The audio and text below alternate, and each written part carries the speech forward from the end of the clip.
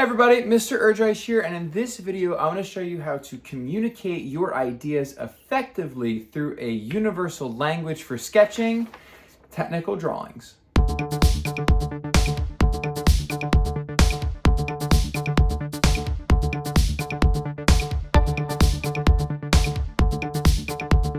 So as we invent and create things and we want to explain those ideas and inventions to our peers, our classmates, our friends, our family, ourselves, a machine, we can't rely on our words. If I say I have the coolest invention for a chair ever, you're thinking of a chair, but it might not be the kind of chair I'm thinking of, because the word chair could mean so many different things. So how do real professional designers share their ideas and communicate what something looks like, something that we might want to build or manufacture or whatever it might be? They sketch it. Sketching, of course, can be art, but sketching is also one of the earliest forms of communication. And a technical drawing is a universal format for sketching that presents the way that something appears in a variety of layouts. So that way, if you were to look at this, well, obviously not this is blank, but this by the end of the video, you might know or be able to visualize or even be able to manufacture my idea. So let's dive in and see how to do this. Now, as I mentioned, this is a universal language. So for example, this is a standard blueprint or style that's used in all different types of design, from architectural design to product design to hardware design and more. There are three major components of a technical drawing.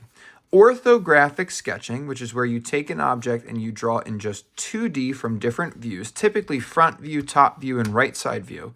And isometric sketching, which is a 30-degree perspective view of what it looks like in 3D, and dimensions or measurements, so how big something is. And the idea is that I could hand this technical drawing to you and you would be able to manufacture whatever's on this sheet. Now, instead of drawing something completely random, I'm going to draw one of my technical drawing cubes. You can grab both this planning sheet and a bunch of 3D printed technical drawing cube files from my website at mr.e.com. Now, the first thing I need to decide is what is the front of my cube. And typically the front of objects are the side that you interact with or the side that gives you the most information. So looking at this cube, I have a rectangle with just kind of a curve, a rectangle with just kind of a curve, and right here I have a curve, a hole, and another curve. So I'm going to say that this is my front view. Now, technical drawings can be to scale, or they can be scaled down or scaled up. I could trace over this cube to help draw it. Whatever it might be, the main thing to keep in mind is that you should draw your technical drawing nice and neat. So I'm going to start with my orthographic sketching by drawing this from the front, the top, and the right side view, so we can see what this looks like in 2D, which means I need to flatten this as I create it.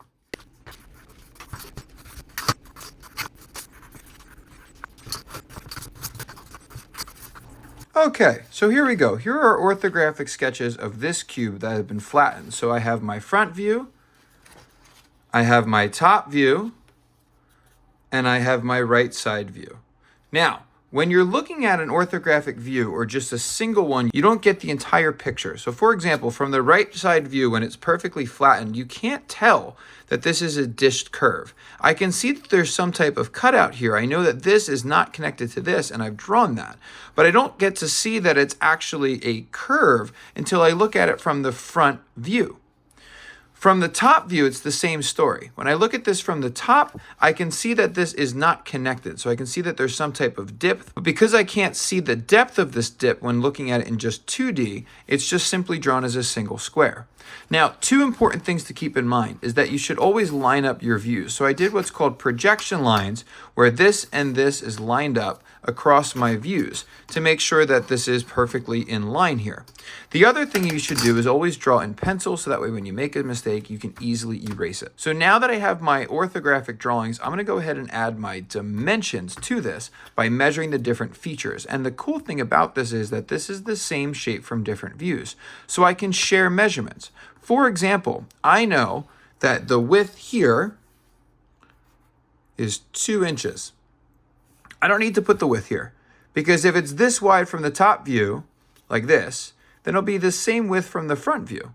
But the depth might be slightly different. So when I draw my right side view, I need to label this to be 2. But I can share the height. So if I put 2 here on the height here, it's not going to grow between different views. So I can share my measurements as I work my way around. So I have my measurements, and it doesn't look like a lot, but again, that's because I'm able to share measurements across my different views. Now, if you have a hole or something like this, you most likely need 3 measurements. What is the diameter or the radius of the hole? And I started to run out of space, so I used arrows to label where things were. And also, where is the hole located? So on a 2D plane, any object or cut has 2 positions, an X position like this, which would be its horizontal position, and a Y position. So measuring horizontally from an edge, I put that measurement. Measuring vertically from an edge, I put that measurement. So if I gave you a block of wood and asked you to manufacture this part, you would know the curve size here that you would need, but you'd also know where to plot the center point to then drill this hole. So it's really important to have the position of the hole as well as the size. The other question is, does the hole go all the way through? Now, obviously, looking at the shape, we can see that it does. But if you're looking at this just in 2D, it's really unclear to see if that goes all the way through. One thing that we can use are hidden lines. So hidden lines will plot the path of this hole on other views. So the hole would be cutting through the shape up here, and I'm drawing the path of the hole as if it was a cylinder using dotted lines. So the reason that there's 2 dotted lines is, imagine, and you don't need to draw this, that this is the opening and this is the exit, and then this is the boundary of the cylinder that's created with the actual hole. And I'm going to do the same on my other view. Now, the isometric view can be a little tricky. Some people find it easier to draw because this is 3D and your eye sees in 3D, so you can draw it like you see it.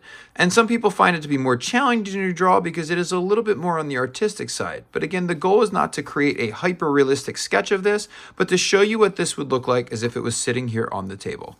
So I'm using an isometric drawing grid, which alternates between 30 and 90 degree angles, which allows us to create this 3-dimensional perspective view. So the first thing I'm going to do is I'm going to hold this at roughly a 30-degree angle. And I'm going to pick an angled line, so this bottom edge to start with. So I'm going to start by drawing this angle of the shape right here. So that is a sloppy line. Let me try again.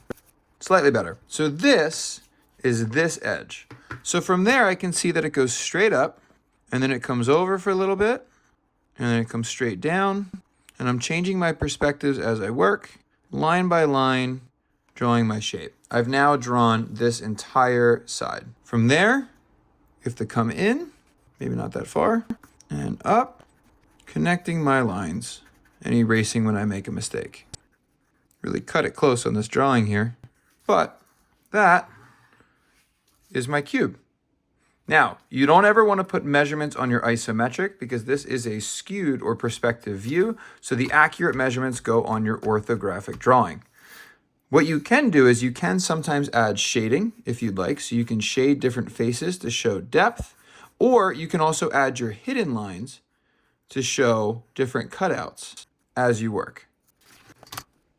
And there we go. I hope you enjoyed this video and that you learned quite a bit, or at the very least some useful tips and tricks and tools to help create awesome things as you come up with amazing ideas. Take a minute to press that subscribe button and check out more resources on www.mrerdreich.com, as well as stay tuned for future projects, lessons, and different tutorials on the @Mr.E social channels or the Mr.E Digital Classroom YouTube channel. Thanks for watching and happy creating.